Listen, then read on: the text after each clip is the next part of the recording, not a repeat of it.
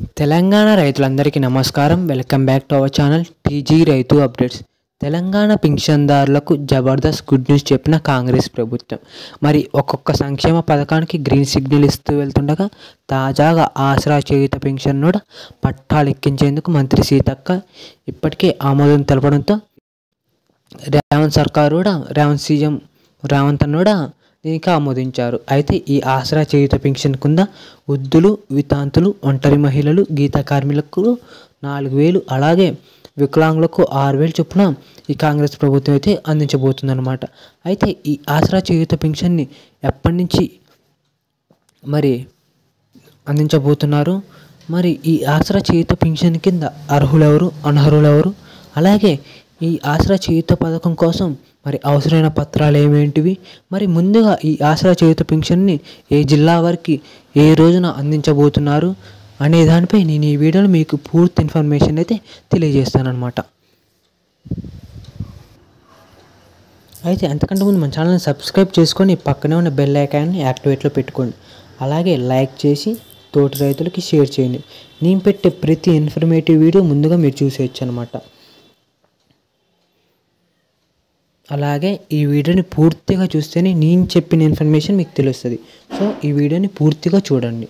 మరి తెలంగాణలో కాంగ్రెస్ ప్రభుత్వం వచ్చిన తర్వాత ఆసరా చేయూత పెన్షన్ కింద వృద్ధులు, వితంతులు, గీత కార్మికులకు, ఒంటరి మహిళలకు 4,000, అలాగే వికలాంగులకు 6,000 చొప్పున అందిస్తామన్న విషయం తెలిసిందే. అయితే ఈ పథకాన్ని మరో వారంలో మొదలు పెట్టాలని ఇప్పటికే సీతక్క ప్రకటించడంతో మరి సీఎం రేవంత్ రెడ్డి అన్నమాట దీనికి ఆమోదం తెలిపినట్టు తెలుస్తుంది.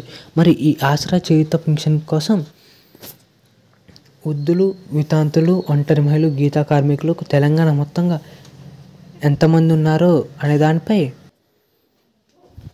అయితే మొన్న జరిగిన కులగణ సర్వేలో ఈ ఆసరా చేయూత పథకం కోసం కొన్ని క్వశ్చన్లు అయితే అడగడం జరిగింది. అవేంటి అంటే మరి వృద్ధులు ఎంతమంది ఉన్నారు, వికలాంగులు ఎంతమంది ఉన్నారు, అలాగే ఒంటరి మహిళలు ఎవరెవరు ఉన్నారు, గీత కార్మికులు ఎవరు అనే దానిపై ఒక అంచనాకి వచ్చి మరి ప్రభుత్వానికి ఈ ఆసరా చేయూత పెన్షన్ కింద ఎన్ని నిధులు సమకూర్చాలి, మరి ఆర్థిక శాఖను ఎన్ని నిధులు సమకూర్చాలి అనే దానిపై ఒక సబ్ కమిటీని విధించి ఈ ఆసరా చేయూత పెన్షన్ని మరో వారంలో రిలీజ్ చేయాలని ప్రభుత్వం అయితే భావిస్తుంది. అయితే ఈ ఆసరా చేయూత పెన్షన్ కోసం అవసరమైన పత్రాలు ఏమేంటి అంటే ఆధార్ కార్డు ఉండాలి,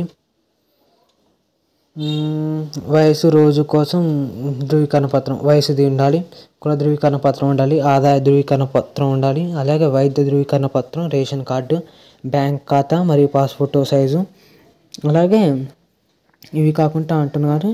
అయితే మెయిన్గా ఏమేమి ఉండాలంటే వైద్య ధృవీకరణ పత్రం అయితే కంపల్సరీగా ఉండాలి. ఎందుకంటే మరి వికలాంగుల, వితంతుల ఇవన్నీ తెలియాలి కాబట్టి వైద్య ధృవీకరణ పత్రం ఉండాలి, కుల ధృవీకరణ పత్రం, ఆదాయం, ration card, Aadhaar card, ration card ఈ కంపల్సరీ అయితే ఉండాలి. అలాగే వయసు కూడా ఇవన్నీ ఉండాలన్నమాట.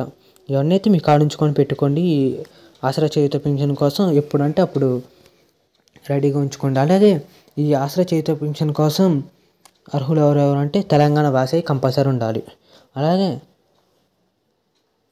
ఈ దరఖాస్తు చేసుకునే వాళ్ళు ఆర్థికంగా వెనకబడి ఉండాలి. అంటే ఇప్పుడు కొత్తగా ఆసరా చేయూత పెన్షన్ కోసం ఎవరైనా దరఖాస్తు చేసుకుంటుంటే ఈ వెనకబడిన అవి వాళ్ళు ఉండాలి. అలాగే దరఖాస్తుదారులు ఎవరెవరు ఉండాలి, వృద్ధులు ఉండాలి, వితంతులు, వికలాంగులు, ఒంటరి మహిళలు, గీత కార్మికులు, ఇలా ఏమైనా రోగాలతో అవి మలేరియా అలాంటి ఏమైనా రోగాలు ఉండే వాళ్ళవి ఉంటే ఈ ఆసరా చేయూత పెన్షన్ కింద ప్రకటించడం జరుగుతుందన్నమాట. అయితే ఈ ఆసరా చేయూత పెన్షన్ని మరో వారంలో సీతక్క అయితే ఇవ్వబోతున్నట్టు తెలుస్తుంది అన్నమాట.